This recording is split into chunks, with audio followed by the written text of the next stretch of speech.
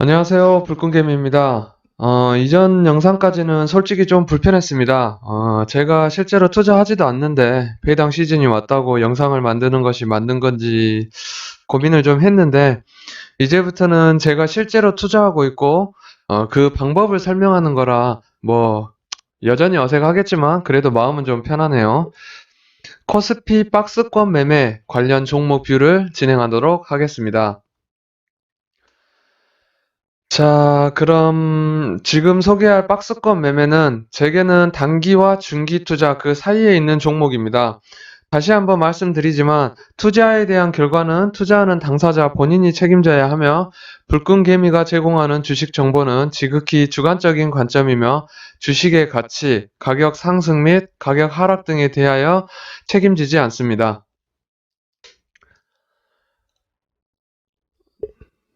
주식을 한다는 것은 변동성에 투자하는 것이고 그 투자는 위험성을 내포하고 있습니다.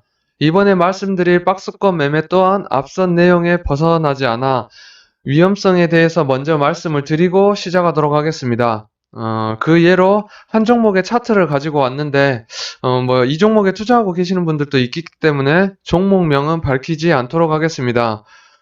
특별한 악감정 없이 그냥 눈에 띄어서 가져온 종목입니다. 그래서 화면도 일부러 조금 흐리게 해놨습니다. 첫 번째 위험은 박스권 하단을 뚫고 내려가 버리면 그 하단이 지지선이 된다는 점입니다. 이 종목처럼 여기 거래 정지 후 박스권 하단을 강하게 돌파했죠. 이렇게 내려가 버리면 지금까지도 고통을 받고 있고 다시 올라오면 다행인데 올라오더라도 상당한 기간이 필요하고 이 박스권 이 라인이 강력한 저항선이 되게 됩니다. 그래서 이 저항선을 맞고 떨어지는 경우가 많죠. 예, 그리고 두 번째 박스권 매매의 위험은 우선 여기 보시면 1번, 2번 이런 움직임을 찾아야 하기에 최소한 앞서 두 번은 먹을 수 없습니다. 이 종목의 경우 운이 좋아서 이 2번 이후에 여기 한 번, 여기 두 번, 그리고 여기 세 번 이렇게 되죠. 이렇게 매수와 매도 기회를 세 번을 줬지만 한 번만 주고 끝나는 경우도 있고 또 한 번도 안 주고 끝나는 경우도 있습니다. 이외에도 많은 위험이 있지만 그 위험들을 최대한 피하는 종목으로 선정했으니 우선 생략하고 넘어가도록 하겠습니다. 앞선 이유에도 불구하고 박스권 매매를 왜 해야 하는지 의문점이 들 수 있습니다. 저는 다산 네트워크스라는 종목을 예로 들어 설명해 보도록 하겠습니다. 우선 처음 이 종목을 매수한 때가 17년 6월 초, 7월 중순, 그리고 매도한 때는 17년 12월 말, 그리고 2018년 1월 중순, 이렇게 두 차례에 걸쳐 매수와 매도를 진행했습니다. 그리고 2000년 3월, 다행히 운이 좋았죠. 3월 초에 다시 매수하게 됐습니다.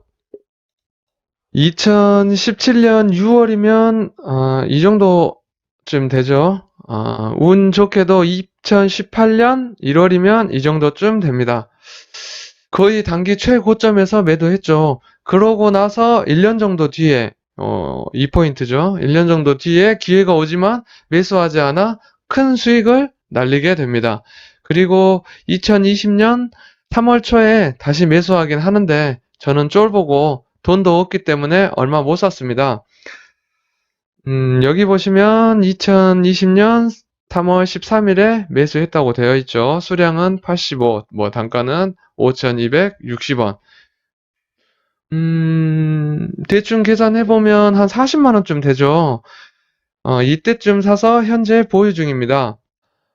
운이 좋아서 이 종목은 12월 16일 기준 140%를 보게 됩니다. 물론 3월에 사서 140% 정도면 평타 정도이거나 아니면 평타보다 조금 더 먹은 정도라고 할 수 있겠으나 해당 종목에 대해 공부가 안 되어 있었다면 매수를 못했을 뿐더러 그 기업의 가치 또한 몰랐을 확률이 높습니다. 제가 이 종목을 좋아하고 성공 사례로 꼽은 이유는 5G 관련주로서 박스권에 있으면서도 성장성이 있는 좋은 회사이기 때문입니다. 우리는 앞으로 이와 비슷한 종목들을 만나게 될 겁니다. 자, 박스권 선정하는 기준에 앞서 저는 중장기 투자를 주로 하기 때문에 차트를 볼 때 일봉은 거의 보지 않고 주봉으로 봅니다. 앞선 차트들도 전부 다 주봉이고, 일봉은 저에게 너무 어지럽고 매일 단기로 대처하기가 어려워서 그런 것이니 이해해 주시기 바랍니다. 그럼 제가 박스권을 선정하는 기준에 대해서 설명해 드리도록 하겠습니다. 첫 번째, 관리 및 상패 위험이 현저히 낮으며, 두 번째, 주봉상 1년에 한 번 정도 매수 기회를 주며 매수 후 1년 안에 기대 수익률이 50%를 넘는 종목을 박스권으로 편입하려고 노력하고 있습니다. 마지막 세 번째, 강력한 하단 지지선이 있는 종목을 선정하고 있습니다. 네, 이런 종목에 해당하는 것이 바로 제가 투자했던 다산 네트워크스입니다. 앞서 말씀드렸기 때문에 다산 네트워크스를 예로 들어 설명해 드리도록 하겠습니다. 첫 번째, 관리 및 상패 위험이 현저하게 낮은 종목을 찾는 방법은 다산 네트워크스의 경우 2015년부터 2022년까지 매출액이 꾸준히 증가할 것으로 나오고 영업이익과 순이익이 21년부터 제대로 나올 것으로 삼성증권 재무제표 예상치에 나와 있습니다. 2021년, 22년, 23년까지 지속적으로 증가하는 매출이 나와 있다는 것은 고정적인 매출 라인을 잡았다는 것이고, 그것은 여기 이제 기사와 같이 2016년, 여기 16년이죠. 프랑스 초고속 인터넷 간다.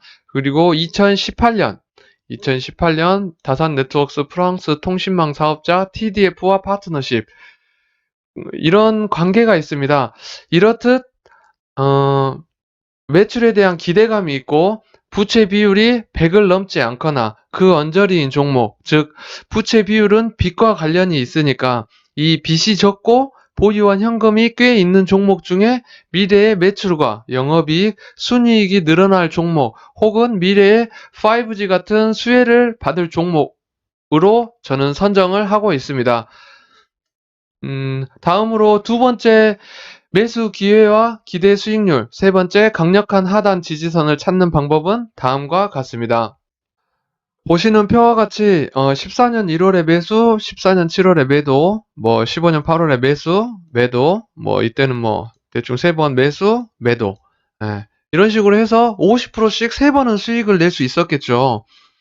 그럼 과연 이 매수 라인과 매도 라인은 어떻게 잡는 것일까요? 매도 라인은 차트상의 최저점이 아닌 매수 라인의 경우는 여기 15년 8월 같이 과거의 차트를 보고 대략적인 저점, 여기 이때 14년 1월에 이 선이 현재 최저점이지만 이 선까지는 안 가고 그 전에 이렇게 한번 조정을 줬었던 라인이 있잖아요. 이런 라인에서 이제 한번 이 정도면 저점으로 한번 잡아봐야 되겠다 보고, 근데 여기 이제 15년 처음에는 여기까지 빠지지만 지금 여기서 저항을 한번 해주고요.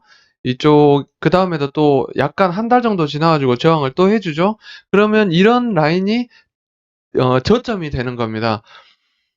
즉 기술적인 2바닥 혹은 3바닥으로 잡으면 되고, 매도 라인은 14년 7월과 같이 과거 여기 전 고점 인근으로 잡으시면 좋습니다. 이게 이제 여기는 지면상 이렇게 몇 년 안 나오는데 조금 더 넓게 보시면 이쪽이 이제 그 고점이라는 것을 알 수가 있습니다. 마지막 강력한 하단 지지선은 이제 보시다시피 5,640원만 오면 얼마 안 가서 금방 올리는 걸 볼 수 있습니다. 나중에 확인해 보시면 아시겠지만 과거에도 계속 해서 강력한 지지선 혹은 저항선이 되었던 선입니다. 그러면 맨 바닥보다는 이 지지선을 콘크리트 바닥 혹은 강력한 지지선이라고 생각하며 박스권 차트를 찾는 겁니다. 자, 그럼 앞서 살짝 언급했듯 박스권 하단을 뚫으면 어떻게 하냐, 박스권 상단을 뚫으면 어떻게 하느냐 하는 점이 남아 있습니다. 첫 번째, 박스권 상단을 뚫었을 때 우선은 내버려 두고 기존 매도가에 알람을 다시 걸어두는 겁니다. 그 방법은 요 그림과 같습니다. 원래 이제 저희가 매도하려고 했던 라인이 이 라인 정도 된다고 가정을 해봅시다. 그런데 이 박스권을 뚫고 이렇게 상방으로 올라간 겁니다. 올라갔다가 이렇게 약간 하락하는 경우가 있습니다. 그런 경우는 표와 같이 내려오는 어깨, 여기 내려오는 어깨죠. 내려오는 어깨에서 파는 전략입니다. 원래 수익률은 50%였기 때문에 미련 없이 우선은 매도하도록 합시다. 만약에 더 가게 되면, 우리 건 아닌 거죠. 앞선 경우와 다르게 내버려 두었는데 그대로 날아가면, 즐기십시오. 어차피 매도를 안 했기 때문에 그 어깨까지 안 오고 그대로 날아가면 즐기면 됩니다. 대신에, 이제 여기서부터는 그 저항선이 될 만한 선을 미리 찾아두는 것이 좋습니다. 그 방법도 아래와 같은데, 이제 이것도 똑같이 다산 네트워크입니다. 근데 여기 보시면 원래 저희가 이제 매도하려고 했던 선이 8,370원, 8,370원이죠. 8,370원인데 이 친구는 기회도 안 주고 그냥 쭉 올라갔습니다. 자, 그럼 과연 다음 저항선은 어디일까를 고민해 봐야 합니다. 제 짧은 판단으로는 여기 11,600원, 11,600원 선이 저항선으로 보입니다. 종목이 미래에 기대가 된다면 계속 보유하는 것도 좋은 전략이고, 그렇지 않고 말 그대로 박스권 외에는 기대하는 바가 없다 하면 이 최상단 저항선에 오면 미련 없이 매도하도록 합시다. 앞서 말씀드렸듯이 우리는 처음 목표가가 8,370원이었기 때문에 이거보다 이제 더 초과 수익을 얻게 된 거잖아요. 그래서 위험을 감수하는 것보단 매도를 하는 것도 좋은 방법입니다. 근데 만약에 기대하는 바가 있다. 기대하는 바가 있었을 때는 이제 더 들고 가는 전략을 해야겠죠. 그리고 제가 지금 다산 넥투어스를 더 들고 있는 이유도 5G 관련주이기 때문에 혹시나 이제 더 올라갈 수도 있어서, 예, 지속적으로 들고 있습니다. 자, 그럼 두 번째, 박스권 하단을 뚫었을 때는, 월봉 혹은 주봉상 더 긴 기간으로 길게 보면, 최하단점이 보이는 경우가 있습니다. 이제, 여기는 우리 이제 코로나 때 이렇게 하단점이 잡혔는데, 이게 거의 비슷합니다. 최하단점이 기존에 4,280원 밑으로 이렇게 내려오게 되면 바로 반등을 줬었는데, 이제 코로나 때는 그러지 않았지만, 만약에, 이 4,280원 밑으로 내려오게 되면, 우선은 파셨다가, 다시 올라오는, 이렇게, 여기서 파셨다가, 2주일 뒤에 다시 올라왔지만, 이렇게 다시 올라오는 선에서 매수를 하시면 좋겠죠. 자, 그림으로 보자면, 이제 원래는 여기가 그 하단 선이었는데, 이게 안 지켜지고 쭉 고통을 주다가, 올라오는 이 선에서 다시 이렇게 매수를 하는 겁니다. 앞선 그림들 같이 바로 올라오면 상관이 없는데, 만약에 아예 안 올라오면 어떻게 할까요? 첫 번째로는 우리가 이미 손절을 했을 테니까 문제가 없을 거고요. 역시, 같은 방법으로 기간이 더 길어지더라도 최저점이라고 생각하는 라인에 알람을 걸어 두었다가, 이제 바로 매수하는 게 아니고, 이때는 차트를 다시 한번 분석해야 됩니다. 그때 재매수를 할 건지, 아니면 이 종목은 박스권이 깨졌다고 보고 포기를 할 건지를 결정하시는 게 좋습니다. 미래의 차트가 어떻게 그려질지는 아무도 모르지 않습니까? 형들이 한 번만 봐주세요. 이 모든 것을 대비하고 주식 투자를 하기는 어려우니까요. 그럼 이제 본격적으로 박스권 매매 방법에 대해 알아보도록 하겠습니다. 주식 종목 알람을 설정해 두고 매수하도록 한다. 박스권 매매는 전 재산을 투자하여 한 방에 50에서 100%의 수익을 얻기 위한 방법이 아닙니다. 저같이 장기 투자하는 사람이 심심하지 않게 중간중간 매도할 종목을 미리 선정하여 정한 가격에 매도해 지루함을 차단하는 역할을 합니다. 많은 종목은 아니기에 주식 종목 알람을 한 번에 설정해 두고 그 알람이 언제 끝나는지만 적어 두었다가 갱신하는 방법을 사용하고 있습니다. 언제 떨어져서 언제 사나 하고 계속 보고 있는 피곤함은 줄이도록 합시다. 수익의 일부는 항상 남겨둔다. 가령 100만원으로 100만원을 벌었다고 해보겠습니다. 같은 종목으로 다시 기회가 왔다면 150만원 정도만 투자하면서 50만원은 원금 보전액으로 남겨둬야 합니다. 수익의 일부를 남겨두는 이유는 이번이 마지막 박스권일 수 있기 때문에 리스크 관리 차원에서 보전해 둬야 차후 투자에서도 마음의 여유를 가질 수 있습니다. 두 번째, 매수 라인과 매도 라인을 잘 지켜야 한다. 증시 격언 중에 종목과 사랑에 빠지면 안 된다라는 말이 있습니다. 특히 박스권이 잘 해당합니다. 매도 라인을 지키지 않는 경우 약간 수익이 줄어들 위험이 있지만 뭐 그래도 괜찮은데 매수 라인은 이 종목이 좋아 보이고 금방이라도 움직일 것 같다거나 이게 좀 더 빠질 것 같은데 이 종목은 좋은 종목이니까 가겠지. 뭐 이런 식의 생각을 하고 매수를 하다 보면 지하로 가는 종목을 매수할 위험이 있습니다.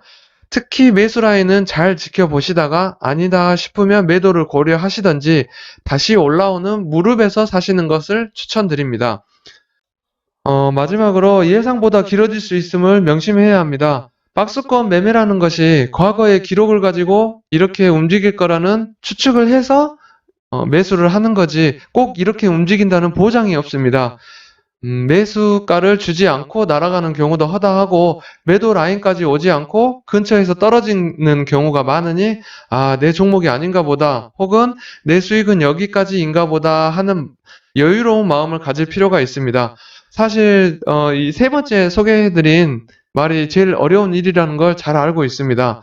저 또한 요즘 같은 불장에 제 스타일을 계속 고집하고 있는데 주식 투자란 누구와의 경쟁이 아니라는 마음으로 저는 천천히 저의 길을 걸어가고 있습니다. 저는 못 보는 걸 여러분들은 볼 수 있을지도 모릅니다. 안타깝게도 여러분이 보셨다고 해도 저는 매수하지 않습니다. 제가 보는 눈을 믿고 있으며 다른 사람 말을 참고하여 공부를 하고 매수를 하는 스타일이지 무조건 신뢰해가지고 매수하는 투자 스타일은 아닙니다. 종목은 종목명 순서입니다. 그럼 시작하겠습니다. 첫 번째 종목은 LG 이노텍입니다. 매수 기회는 1년에서 2년에 한 번 주나 기회가 자주 오는 편은 아닙니다. 재무제표가 안정적이나 배당을 안 주는 슬픈 종목으로 12달을 기다리면 75%의 수익을 주는 경우가 많습니다. 8만 원에 사서 14만 6천 원에 매도하면 좋은 수익을 줄 수 있는데 잘 오지 않으니까 11만 5천 원 정도에서 차근차근 매수해 보는 것도 좋은 전략입니다. 3년에 한 번씩 대시세를 만들어 내니 14만 6천 원에 한 80% 정도 매도하고 20% 정도는 대시세용으로 보유했다가 매도해도 되고 18만 원까지 안 올라가고 떨어지게 되면 떨어지는 14만 6천 원에 매도해도 괜찮은 수익을 줄 것으로 보고 있습니다. 카메라 모듈이 매출액의 가장 큰 비중을 차지합니다. 한 64% 정도 되네요. 근데 안타깝게도 이게 이제 공장 가동률인데 이게 카메라 모듈의 공장 가동률이 42% 정도로 생각보다 낮습니다. 코로나 여파로 휴대폰 판매가 부진하여 그런 것으로 파악됩니다.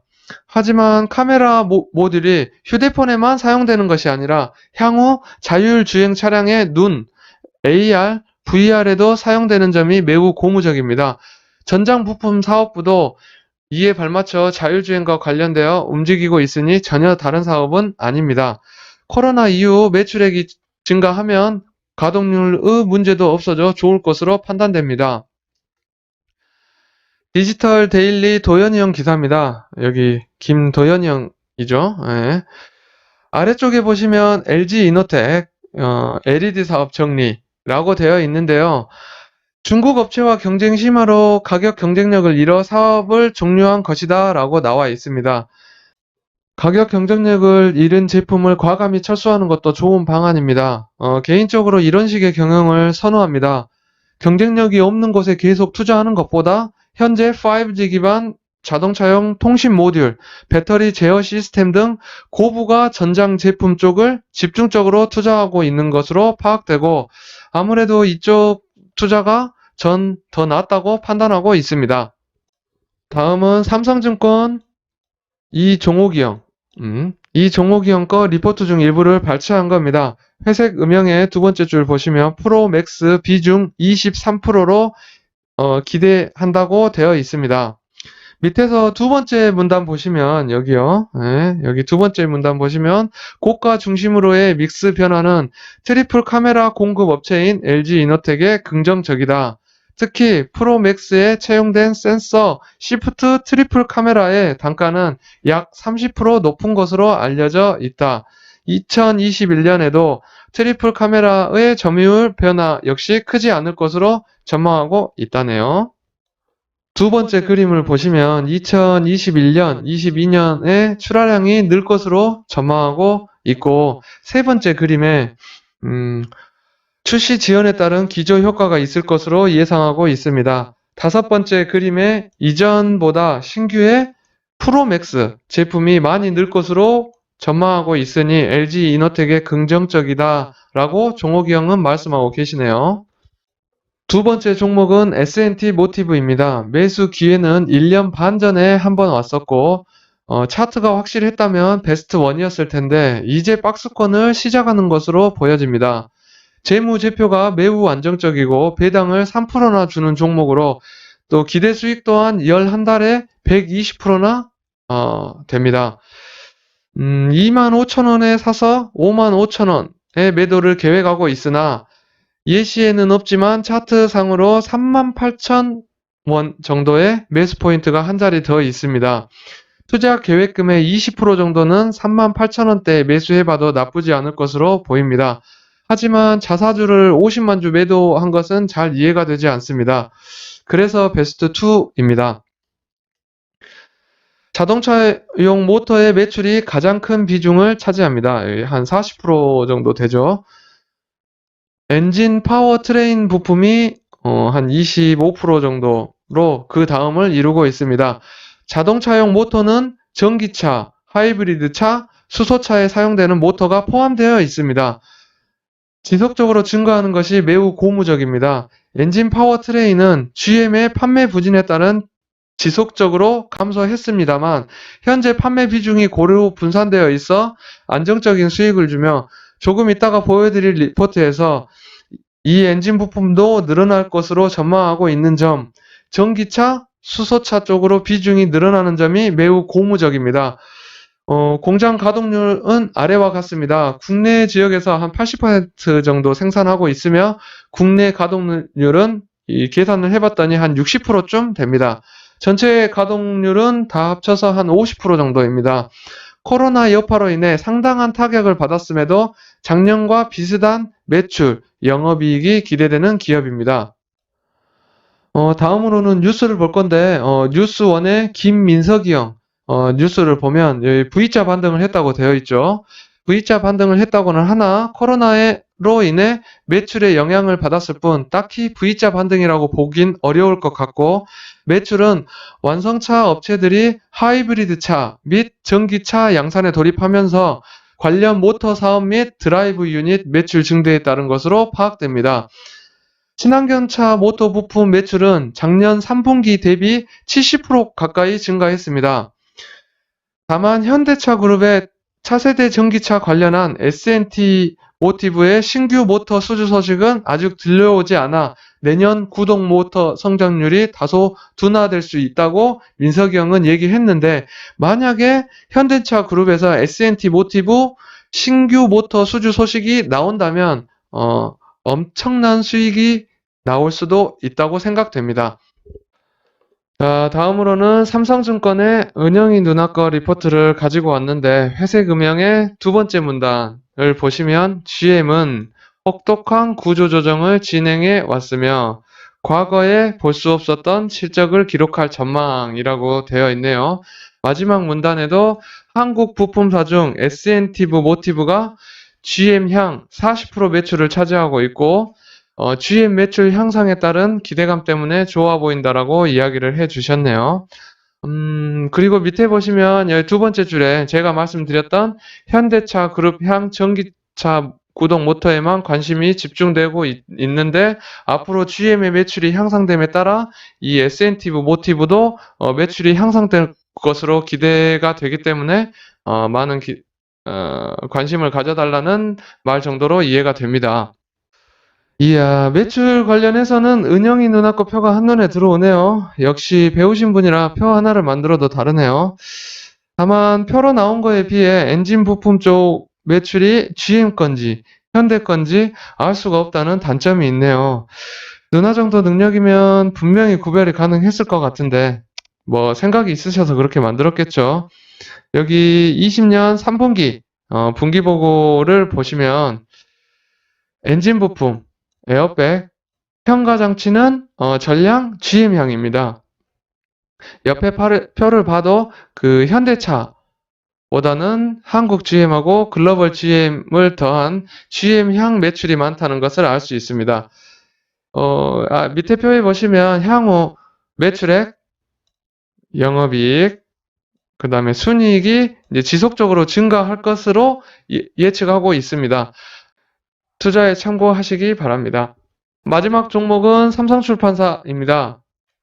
매수 기회는 1년 정도에 한 번씩 왔습니다. 재무제표가 안정적이나 배당을 안 주는 아쉬움이 있는 종목으로, 매수를 하고 나면 한 달도 안 돼 90%의 수익을 기대해 볼 수 있습니다. 11,900원에 사서, 여기죠. 11,900원. 네, 사서 23,000원에 매도를 계획하고 있습니다. 이름이 삼성출판사이지만 삼성하고는 전혀 관계가 없다는 게 함정입니다. 그리고 산업 또한 사양 산업에 속합니다. 진입 장벽이라 할 것도 없습니다. 오프라인 관련이라 코로나에도 직격탄을 맞았습니다. 근데 이게 12,000원만 오면 자꾸 어떤 형이 밀어 올려요. 여기서도 보시면 올랐다가 떨어져서 12,000원 아래에서 바로 밀어 올리고, 여기서도 떨어졌다가 바로 밀어 올리고, 여기도 떨어졌다가 바로 밀어 올리고. 혹시 이 형 아시는 분이면 저한테도 꼭 전화 한 통 연결할 수 있게 부탁 좀 드리겠습니다. 문제는 18,000원 이하로는 긴 시간 동안 안 내려올 수도 있습니다. 이게 이제 한번 올라가 버리면 그 위에서 이 박스권을 형성하기 때문에 안 내려올 수도 있어요.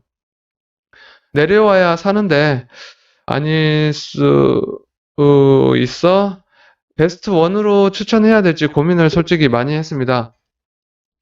그래도 수익률도 크고 뭐 이렇게 기다리면 매수하자마자 바로 올라간다는 장점이 있어서 베스트 1으로 추천하게 됐으니 참고하시기 바랍니다.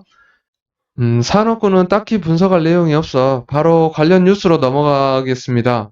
아마도 자녀분들을 키우시는 분들이라면 아기상어를 대부분은 잘 알고 계실 거라고 생각합니다. 유튜브 누적 조회수 전 세계 1위를 달성했다는 기사를 심심치 않게 보실 수 있고 넷플릭스에도 반영한다는 소식을 찾으실 수 있을 겁니다. 여기 보시면 아기상어의 콘텐츠 제작 업체는 스마트 스터디이고 이 회사는 삼성출판사 대표의 장남이 1대 주주, 삼성출판사가 2대 주주입니다. 여기 2대 주주 삼성출판사 보이시죠?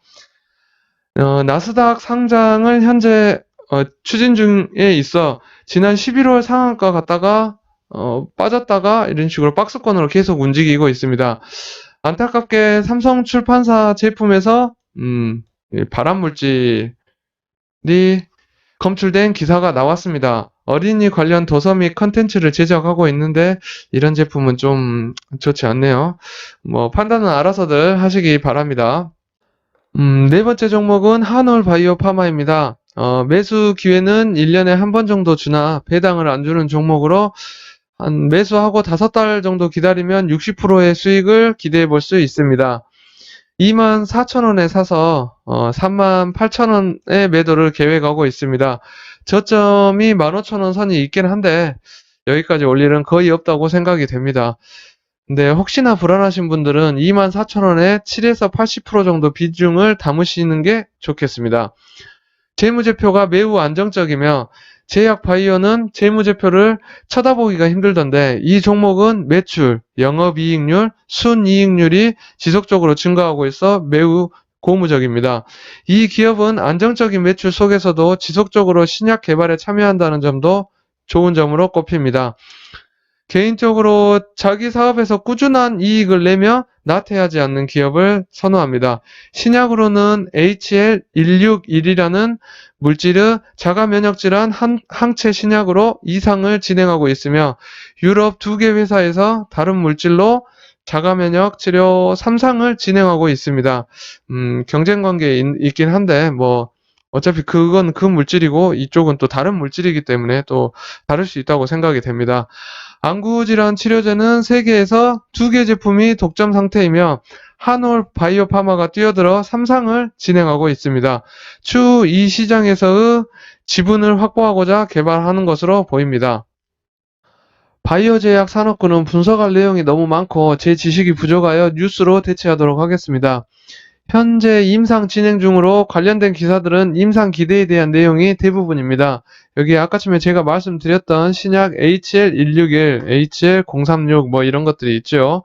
다만 HL161 자가면역질환 항체 신약에 대해 북미와 유럽에서 벌써 사업할 수 있는 권리를 라이센스 받았고, 그 다음에 나스닥에 상장 설립한 이뮤노반트라는 회사는 그 가치가 5배 정도 뛰었다고 합니다.